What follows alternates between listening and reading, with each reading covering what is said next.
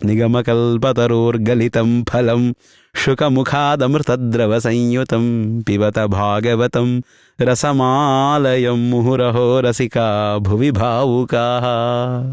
ಮಹಾಭಾರತವನ್ನು ಹೇಳೋದು ಅಂದರೆ ಕಬ್ಬನ್ನು ತಿಂದಂತೆ. ಕ್ಷುದ್ರವಾದ ದೃಷ್ಟಾಂತ ಅರ್ಥ ಮಾಡಿಕೊಳ್ಬೇಕಲ್ಲ. ಮಂದಾಸುಮಂದಮತಯಃ ನಾವು ಅದಕ್ಕಾಗಿ ಹೇಳ್ತೇನೆ. ಕಬ್ಬನ್ನು ತಿಂದಂತೆ. ಕಬ್ಬನ್ನು ತಿನ್ನಬೇಕಾದರೆ ಕೈಯಲ್ಲಿ ಗಟ್ಟಿಯಾಗಿ ಹಿಡಿಬೇಕು. ಅದರ ಸಿಪ್ಪೆಯನ್ನು ತೆಗೆಯೋದು ಕಷ್ಟ. ಹಲ್ಲಿನಿಂದ ಕಚ್ಚಿ ಅದರ ಸಿಪ್ಪೆಯನ್ನು ತೆಗಿಬೇಕು. ಹಲ್ಲಿಗೆ ನೋವಾಗದ ಹಾಗೆ, ದವಡೆಗೆ ನೋವಾಗದ ಹಾಗೆ, ತುಟಿಗೆ ಕಪೋಲಕ್ಕೆ ತೊಂದರೆ ಆಗದೇ ಇರುವ ಹಾಗೆ ನೋಡಿಕೊಂಡು ತೆಗೆಯಬೇಕು.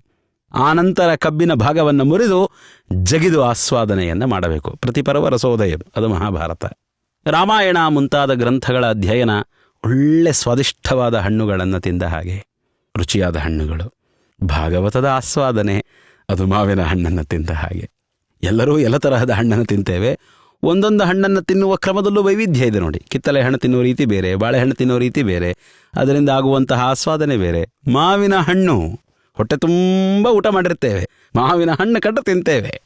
ಹೊಟ್ಟೆ ತುಂಬ ಊಟ ಆಗಿದೆ, ಬೇರೆ ಹಣ್ಣು ತಿನ್ನೋದಿಲ್ಲ, ಬೇಡಪ್ಪ ಈಗ ಅಂತ ಅನ್ನಬಹುದು. ಆದರೆ ಭಾಗವತ ಮಾವಿನ ಹಣ್ಣು ಬಿಡೋ ಹಾಗಿಲ್ಲ. ಕ್ಷುದ್ರವಾದ ದೃಷ್ಟಾಂತ, ಆದರೆ ವೈವಿಧ್ಯ ಸೂಚನೆ ಮಾಡಲಿಕ್ಕಾಗಿ ಹೇಳಿದೆ. ಭಾಗವತ ಇದು ಫಲ, ಗಿಳಿ ಕಚ್ಚಿದ ಹಣ್ಣು. ನಮ್ಮ ಶುಕಾಚಾರ್ಯರು ಯಾವುದನ್ನು ಆನಂದರಿಂದ ಅಧ್ಯಯನ ಮಾಡಿದರೋ, ಯಾವುದರಿಂದ ಅದ್ಭುತವಾದ ರೀತಿಯಲ್ಲಿ ಪ್ರಭಾವಿತರಾದರೋ ಅಂಥ ಭಾಗವತವಿದು. ಭಾಗವತವಿದು ವೇದ ವೇದಾರ್ಥಗಳ ಅರ್ಥವೇ ತುಂಬಿದೆ ನಾರದರೆ, ವೇದ ವೇದಾರ್ಥಗಳ ಅರ್ಥವೇ ತುಂಬಿದೆ ಭಾಗವತದಲ್ಲಿ. ಆದರೆ ಬೀಜದ ಶಕ್ತಿ, ಕಾಂಡದ ಶಕ್ತಿ ಹಣ್ಣಿನೊಳಗೆ ಹೇಗೆ ತುಂಬಿರ್ತದಲ್ಲ ಹಾಗೆ ತುಂಬಿದೆ. ಹೀಗಾಗಿ ಭಾಗವತದ ಕಥೆಯಿಂದ ಭಕ್ತಿ ಜ್ಞಾನ ವೈರಾಗ್ಯಗಳು ಪುಷ್ಟರಾಗಿ ನಿಲ್ತಾರೆ. ಇನ್ನೂ ಒಂದು ದೃಷ್ಟಾಂತವನ್ನು ನೀಡುತ್ತಾರೆ ಸನಕಾದಿಗಳು. ವೇದಾಂತ ಪೀಠದ ಅಧಿಪತಿಗಳು ನೋಡಿ, ಅವರು ವೇದಾಂತ ಶಾಸ್ತ್ರವನ್ನು ಜಗತ್ತಿಗೆ ಮುಟ್ಟಿಸುವಂತಹ ಜವಾಬ್ದಾರಿಯನ್ನು ಹೊತ್ತ ಮಹಾನುಭಾವರು. ವೇದಾಂತ ಶಾಸ್ತ್ರದಲ್ಲಿ ವೇದವ್ಯಾಸ ದೇವರು ತೋರಿಸಿದ ನ್ಯಾಯದ ಅನುಸಂಧಾನವನ್ನು ಮಾಡತಕ್ಕಂತಹ ಮಹಾನುಭಾವರು. ಹೀಗಾಗಿ ಹೇಳ್ತಾರೆ, ಯಥಾ ದುಗ್ಧೇ ಸ್ಥಿತಂ ಸರ್ಪಿ ನ ಸ್ವಾದಾಯೋಪಕಲ್ಪತೆ ಪೃಥಗ್ಭೂತಂ ಹಿ ತದ್ಗವ್ಯಂ ದೇವಾನಾಂ ರಸವರ್ಧನಂ ಇಕ್ಷೂಣಾಮಪಿ ಮಧ್ಯಾಂತಂ ಶರ್ಕರಾ ವ್ಯಾಪ್ಯ ತಿಷ್ಠತಿ ಪೃಥಗ್ಭೂತಾ ಚ ಸಾ ಮಿಷ್ಟಾ ತಥಾ ಭಾಗವತೀ ಕಥಾ. ಹಾಲಿನೊಳಗೆ ತುಪ್ಪ ಇದೆ. ನೀವು ಎಷ್ಟು ಮಿಳ್ಳೆ ಹಾಲನ್ನು ಕುಡಿದರೂ ತುಪ್ಪ ತಿಂದ ಅನುಭವವಾಗುತ್ತೇನು? ಆಗತ್ತೇನು? ಆಗೋದಿಲ್ಲ.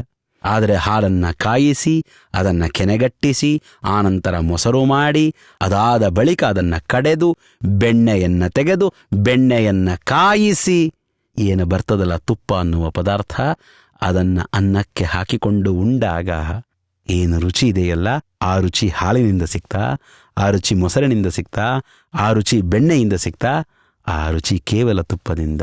ಹಾಗೆಯೇ ಭಾಗವತದಲ್ಲೊಂದು ರಸವನ್ನು ಇಟ್ಟಿದ್ದಾರೆ ವೇದವ್ಯಾಸದೇವರು. ಯಾವ ರಸವನ್ನು ಉಳಿದ ಯಾವುದರಲ್ಲಿಯೂ ಸ್ಪಷ್ಟವಾಗಿ ಕಾಣುವುದಿಲ್ಲ. ಇದೆ, ಬ್ರಹ್ಮಸೂತ್ರಗಳಲ್ಲಿಯೇ ಭಾಗವತವಿದೆ. ಬ್ರಹ್ಮಸೂತ್ರ ಅದು ಅನಂತ ಸಮುದ್ರ, ಅದರೊಳಗಿನ ಒಂದು ಬಿಂದು ಭಾಗವತ. ಆದರೆ ಅದನ್ನು ಹುಡುಕಿ ತೆಗೆದು ಆಸ್ವಾದನೆ ಮಾಡುವ ಶಕ್ತಿ ನಮಗಿಲ್ಲ. ಗಾಯತ್ರಿ ಭಾಷ್ಯ ರೂಪೋಸೌ, ಸಮಗ್ರ ಗಾಯತ್ರಿಯ ವ್ಯಾಖ್ಯಾನ ಈ 18,000 ಶ್ಲೋಕಗಳು, ಆ 24 ಅಕ್ಷರಗಳ ವ್ಯಾಖ್ಯಾನವಿದು. ಆದರೆ ನಾವೆಷ್ಟು ಬಾರಿ ಗಾಯತ್ರಿಯನ್ನು ಪಠಣ ಮಾಡಿದರೂ ಅರ್ಥವಾಗೋದಿಲ್ಲ ನಮಗೆ. ಮಂದಾಸುಮಂದಮತಯ. ಭಾಗವತ ತುಪ್ಪದಂತೆ ಇದೆ, ಅದು ನಮಗೆ ಪುಷ್ಟಿವರ್ಧನ. ದೇವಾನಾಂ ರಸವರ್ಧನಂ, ದೇವತೆಗಳು ಅಪೇಕ್ಷೆ ಪಡುವಂತಹ ರಸ ಅದು. ಇಕ್ಷೂಣಾಮಪಿ ಮಧ್ಯಾಂತಂ ಶರ್ಕರಾ ವ್ಯಾಪ್ಯ ತಿಷ್ಠತಿ. ಸಕ್ಕರೆ ಇದೆ. ಎಲ್ಲಿರ್ತದೆ ಸಕ್ಕರೆ? ಕಬ್ಬಿನ ಒಳಗಿದೆ. ಕಬ್ಬನ್ನು ಅಗೆದು ತಿಂದುಬಿಟ್ರೆ ನಮಗೆ ಸಿಹಿಯ ಸ್ವಾದದ ಅನುಭವವಾಗ್ತದೆ. ಸಕ್ಕರೆ ನಮಗೆ ದೊರೆಯುವುದಿಲ್ಲ.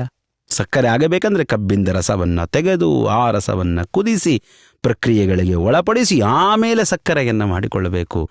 ಅದರ ಸಾರ ಅದರೊಳಗಿದೆ. ಹಾಗೆಯೇ ಬ್ರಹ್ಮಸೂತ್ರಗಳ, ಮಹಾಭಾರತ ವೇದಗಳ ಸಾರವನ್ನು ಹೊತ್ತು ಭಾಗವತ ನಿಂತಿದೆ.